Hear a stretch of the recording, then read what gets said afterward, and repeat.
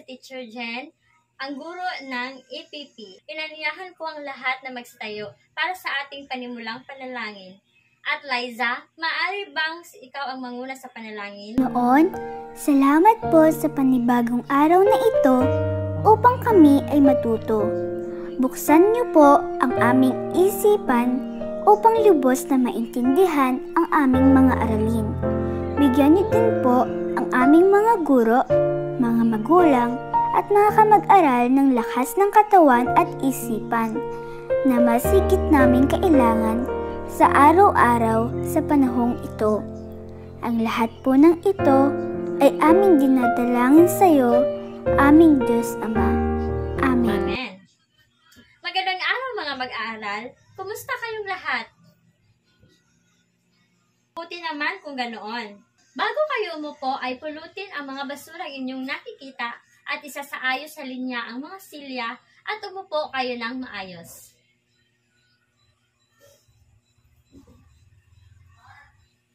Maraming salamat mga mag-aaral at pwede na kayong umupo. May lumiban ba sa ating klase ngayong araw? Tingnan ang inyong mga katabi kung sino ang lumiban sa araw na ito. Mabuti naman kung ganoon. Mayroon akong inihandang video presentasyon at kailangan ninyong makilahok. Sasabayan ninyo ako at kakantahin ninyo ang liriko sa video. Maaari bang tumayo muna ang lahat at sabay-sabay tayong umawit at sumayaw?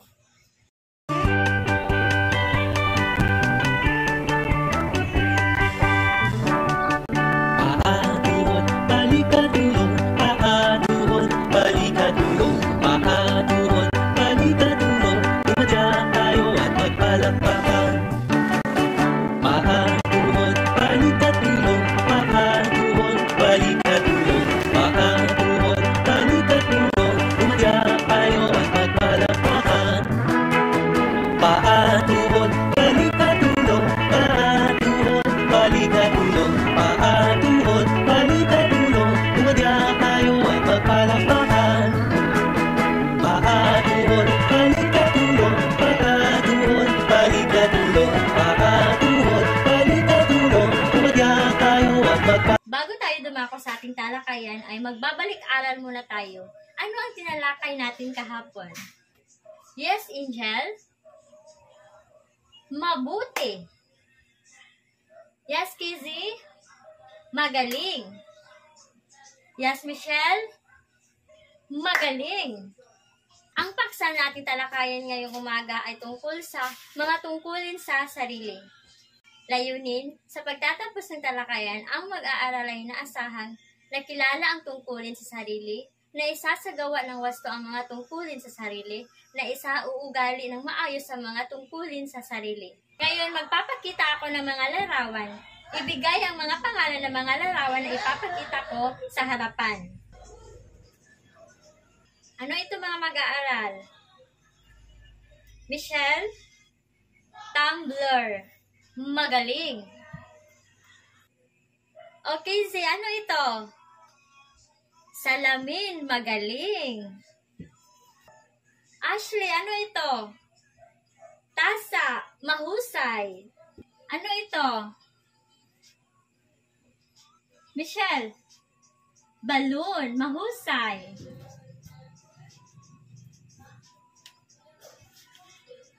Ano ito?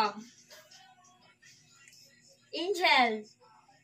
Picture frame. Mahusay.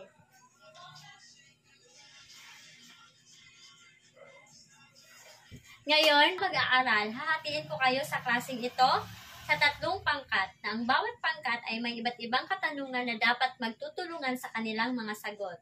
Okay, dito unang pangkat, pangalawang pangkat, pangatlong pangkat at unang pangkat, bilang isang batang lumalaki, ano-ano ang mga paraan na dapat mong gawin upang mapanatiling malinis at maayos ka sa iyong sarili.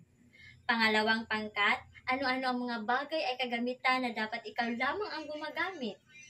Pangatlong pangkat, inyong palagay, mahalaga ba ang tungkulin sa sarili at bakit? Mayroon lamang kayong 3 minuto para gawin ang pagsusulat ng mga sagot.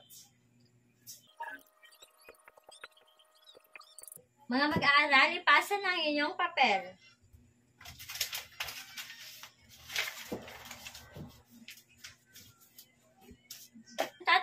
unahin at linangin natin ang mga gamit at tungkulin sa sarili. Kagamitan para sa buhok. Shampoo. Ito ay nagbibigay ng kaya-ayang amoy sa ating buhok. Kagamitan sa kuko. Nail cutter.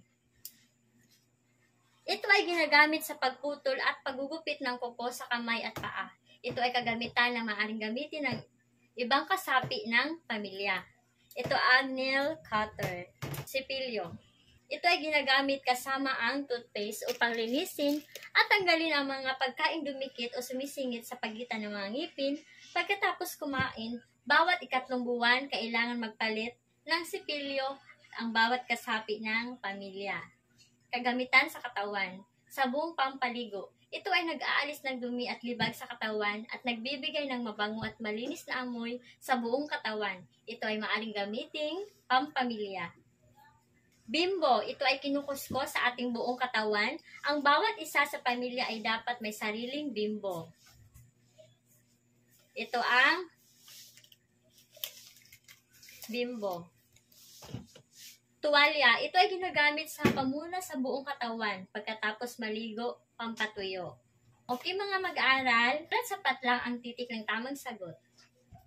Ano ang dapat mong gawin pagising sa umaga? A. Buksan agad ang TV at manood ng paborito mong palabas.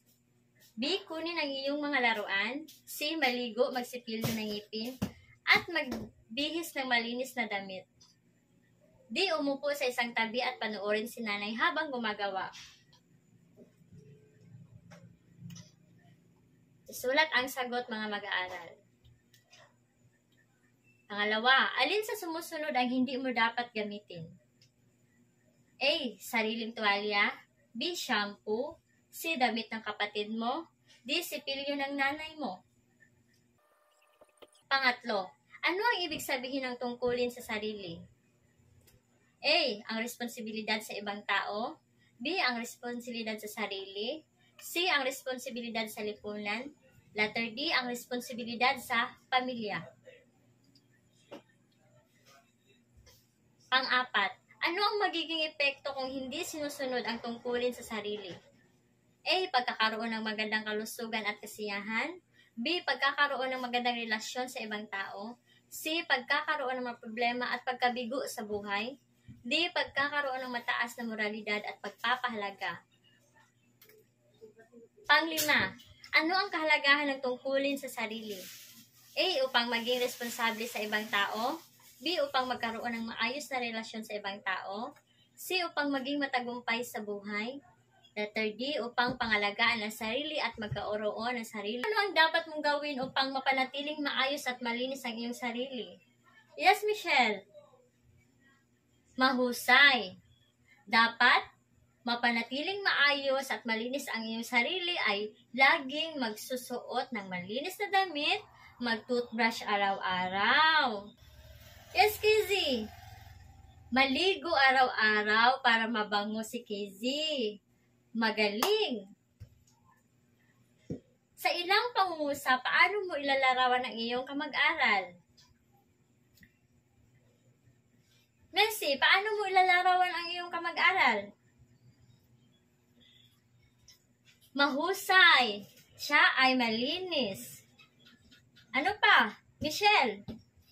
Magaling. Siya ay mabango. Dito sa papel na ito, bibigyan ko kayo ng 5 minuto para tapusin at sagutin ninyo ang mga tanong dito.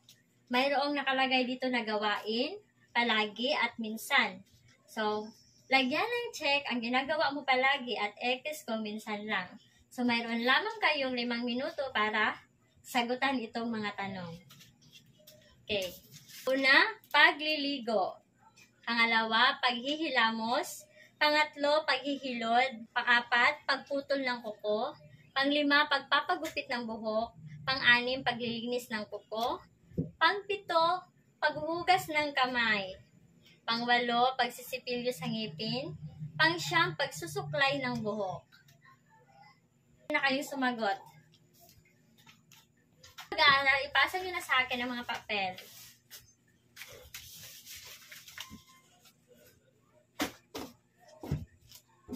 Ating takdang aralin.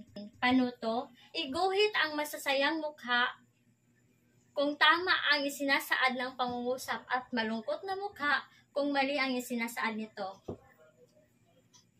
Babasahin ko muna ang ating takdang aralin. Una, maganda ang palabas sa telebisyon. May pasok ka pa kinabukasan kaya sinabi mo na lang sa kuya mo na kwentuhan ka na lang tungkol sa palabas dahil matutulog ka na ng maaga pa rin, hindi ka mapuyat. Pangalawa, hindi kumakain ng gulay at prutas si Mona. Kadalasan, karne at matatamis na pagkain ang kinakain niya. Pangatlo, nauhaw ka habang naglalakad. Nakita mo na sa tindahan na may malamig na soft drinks pero ang iyong binili ay isang bote ng mineral water. Pang-apat, naliligo si Angelo araw-araw bago pumasok sa paaralan. Panglima, umiwas ka sa pagkain na junk foods at iba pang pagkain na may maraming sangkap na chemical. Okay mga mag-aaral, nasulat nyo na ba ang ating takdang aralin? Huwag kalimutan na isumiti ito bukas. May mga katanungan ba?